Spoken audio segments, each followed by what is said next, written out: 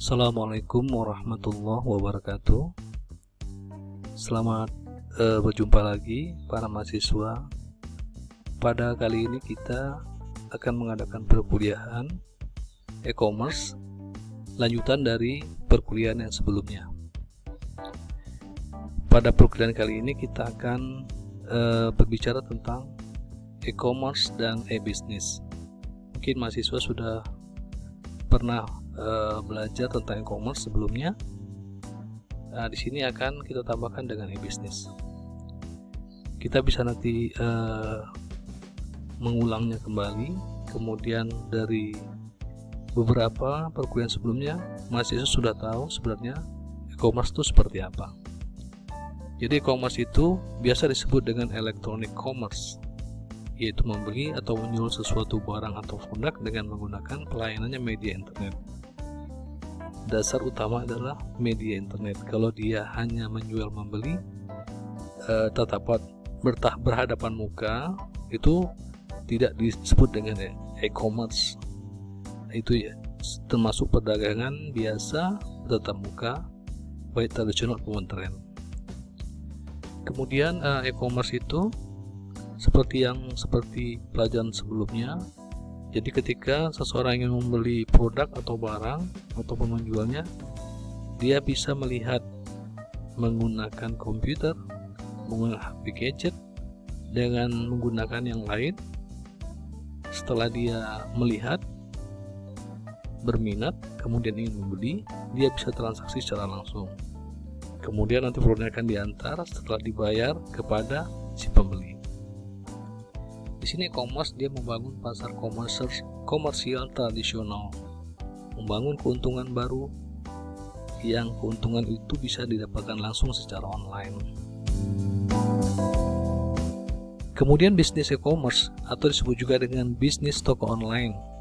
Jadi kegiatan usaha itu dengan menggunakan media internet sebagai media utama dalam bisnis ini dalam produk yang diperjualbelikan.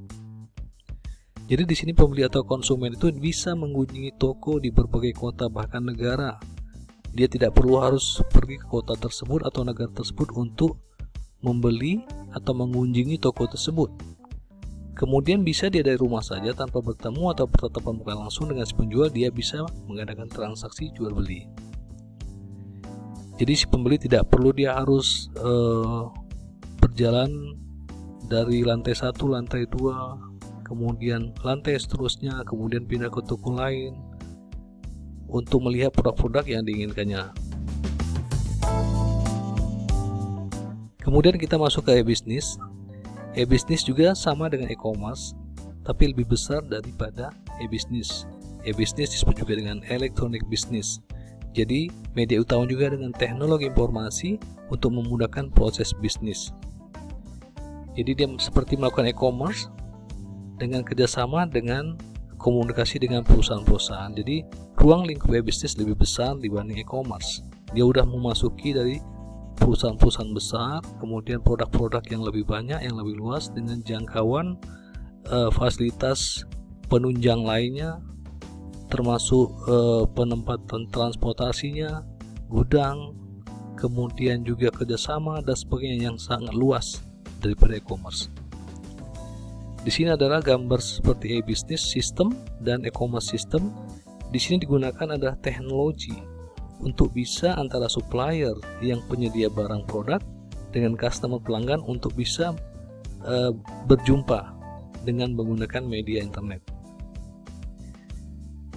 E-business juga menggunakan teknologi internet dalam meningkatkan dan mengubah bentuk proses bisnis utama. Biasanya bisnis itu harus berhadapan langsung, bertemu. Tapi dengan adanya e-business, mereka tidak perlu bertemu. Dengan media internet, mereka bisa langsung berkomunikasi dan bisa melakukan transaksi. E-business jauh lebih luas dibandingkan dengan e-commerce, di mana e-commerce itu bagian dari e-business. Wilayah e-business itu ada beberapa. Pertama, aktivasi relasi antara dua entiti perusahaan, interaksi antara perusahaan dengan pelanggannya, kemudian kolaborasi antara perusahaan dengan pelanggannya, pertukaran informasi antara perusahaan dengan para pesaing usahanya, dan lain sebagainya. Kemudian pihak yang terlibat dalam e-bisnis adalah agent yang punya, kemudian bisnisnya, kemudian consumer adalah konsumen atau pelanggan atau pihak yang ingin membeli, kemudian device ada konsultan yang terlibat di dalam lingkungan e-bisnis, ada employee para karyawan atau pegawai, kemudian family adalah keluarga, dan yang terakhir government atau pemerintah. Kemudian kegiatan e-bisnis ini dapat dilakukan di mana saja sejauh pihak yang berkepentingan memiliki fasilitas elektronik digital sebagai kanal access channel untuk bisa berhubungan atau berkomunikasi dengan pihak perusahaan. Ada beberapa contoh yang bisa dilakukan dalam kegiatan e-bisnis. Bisa di rumah, di mana seorang ibu bisa dia melakukan transaksi atau menggunakan media internet, bertelepon untuk bisa berkomunikasi dengan perusahaan. Atau di kantor, seorang karyawan juga bisa menggunakan perlengkapan komputer atau fax untuk bisa berhubungan atau bertransaksi dengan suatu perusahaan. Juga di mobil atau di kendaraan, ada seorang mahasiswa yang ingin menggunakan handphonenya atau PDA-nya untuk bisa melakukan transaksi atau pembelian menggunakan e-bisnis. Atau juga bisa digunakan di keramaian seperti mall, toko-toko, atau pasar. Dapat memanfaatkan warnet atau ATM untuk kios transaksi untuk melakukan kegiatan bisnis. Jadi dengan menerapkan konsep internet working, maka sebuah perusahaan berskala kecil dan menengah dapat dengan mudah bekerjasama dengan perusahaan besar atau raksasa untuk menawarkan berbagai produk dan jasa kepada pelanggan. Jadi terjadi kolaborasi antara perusahaan kecil dengan perusahaan besar yang bisa memberikan bagian dari kerjasama e-bisnis. Ada beberapa faktor penggerak e-bisnis. Yang pertama adalah customer expectation. Di sini ada harapan pelanggan.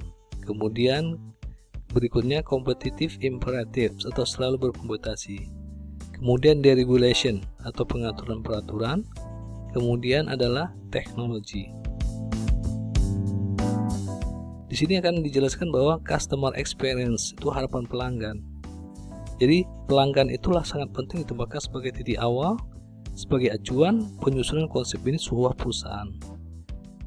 Jadi pelanggan itu mempunyai harapan seperti yang dia inginkannya ketika dia akan membeli suatu produk, sehingga si perusahaan harus mengantisipasi bahwa itulah sebagai dasar bagaimana menyusun konsep bisnisnya untuk bisa memberikan pelayanan yang lebih baik terhadap pelanggan. Kemudian competitive imperative atau selalu berkompetisi.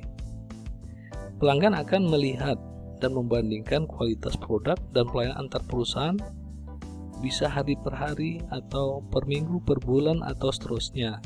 Jadi perusahaan-perusahaan yang mampu melakukan kompetisi secara terbuka dan sehat, sehingga akan memberikan kontribusi yang besar untuk menaikkan pelanggan, produknya bisa lebih laku terjual karena dia berkompetisi secara sehat untuk meningkatkan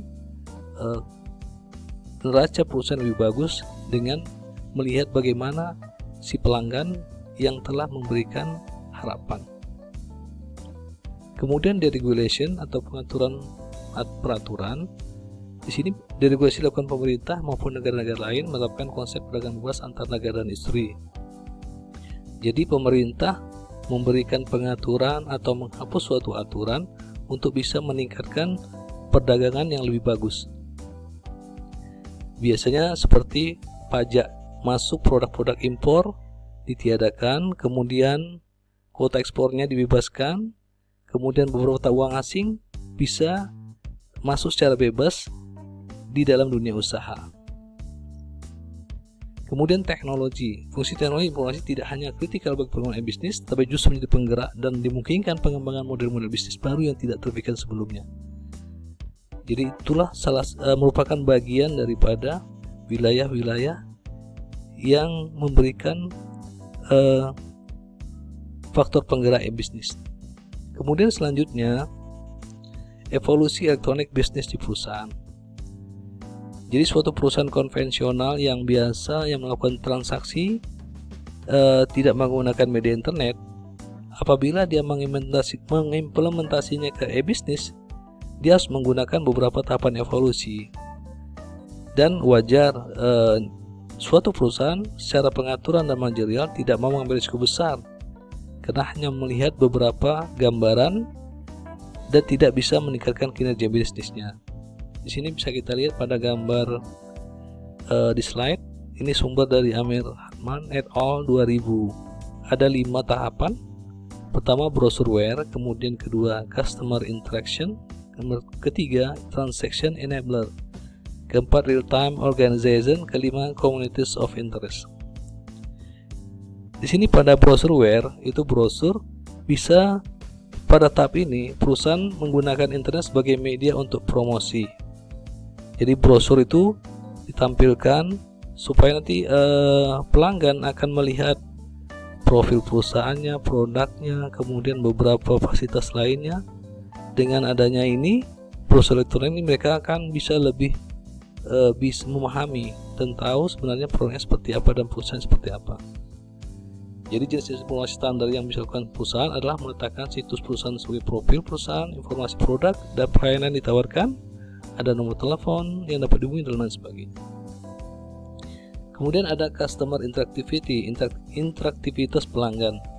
Pada tahapan ini, perusahaan mengembangkan kemampuan aplikasi yang bisa memungkinkan terjadi komunikasi dua arah antara perusahaan dengan para konsumennya. Jadi memungkinkan pelanggan atau konsumen bisa menyampaikan suatu hal-hal yang bisa masukan, kritik, saran untuk bisa membangun, mengembangkan perusahaan ke arah yang lebih baik, baik produknya maupun fasilitas pelayanannya. Di contohnya adalah fasilitas interaktif chatting, menggunakan aplikasi interaktif chatting yang bisa pelanggan interaktif dan berdiskusi dengan dan tanya jawab kepada customer service perusahaan secara real time atau menggunakan multimedia semacam teleconference. Kemudian yang ketiga, transaction enabler atau pemberi transaksi. Pada tahap ini pengembangan suatu aplikasi yang memungkinkan terjadinya transaksi bisnis secara elektronik. Ada dua jenis transaksi bisnis yang umum terjadi, biasanya adalah mekanisme pembelian produk atau jasa oleh konsumen melalui internet. Itu yang pertama. Yang kedua ada transaksi kedua antara perusahaan dengan rekanan bisnisnya. Kemudian yang keempat adalah real time organizations, organisasi dengan waktu yang nyata. Pada tahap ini terjadinya bisnis secara non-stop 24 jam, tidak ada waktu-waktu yang kosong, di mana transaksi dapat diambil oleh secara sistem, secara otomatis komputer. Jadi kapan saja mau bertransaksi, membutuhkan untuk bisa menjumpai pada perusahaan, itu kapan saja bisa, karena 24 jam continue, dan pembeli bisa masuk ke dalam situs perusahaan dan melakukan transaksi saat itu juga. Jadi aspek real time ini manfaatnya sangat besar, sehingga kalau ada melakukan pembayaran dengan kartu kredit, sistem telah terotorisasi dengan bank, sehingga dengan begitu bisa secara langsung tanpa dia harus berhadapan langsung. Dengan terciptanya itu, maka akan meningkatkan kunci keberhasilan sebuah perusahaan dalam mencapai tahap pengembangan e-bisnis. Kemudian yang kelima, communities of interest adalah komunitas yang berminat, yang tertarik terhadap perusahaan itu dengan produk-produknya. Pada tahap ini, evolusi e-bisnis adalah kemampuan perusahaan dalam membentuk sebuah komunitas di dunia maya yang terdiri dari para konsumen dan rekan bisnis yang saling bekerjasama untuk menciptakan value di internet. Jadi produknya itu bisa lebih dikembangkan lagi, pelayan lebih dikembangkan lagi dengan ada komunitas ini yang tertarik dan berminat dengan apa yang dilakukan oleh perusahaan tersebut. Kemudian adanya hubungan antara konsumen, content partners, advertiser, dan komunitas lainnya akan menciptakan berbagai model bisnis baru yang selanjutnya akan menjadi sebuah peluang usaha yang layak untuk dikembangkan. Demikian untuk perkuliahan kita pada kali ini tentang e-commerce dan e-bisnis, dan bisa nanti dipelajari lagi untuk selanjutnya. Terima kasih atas para mahasiswa pada kali ini. Sampai jumpa kita untuk slide berikutnya. Terima kasih.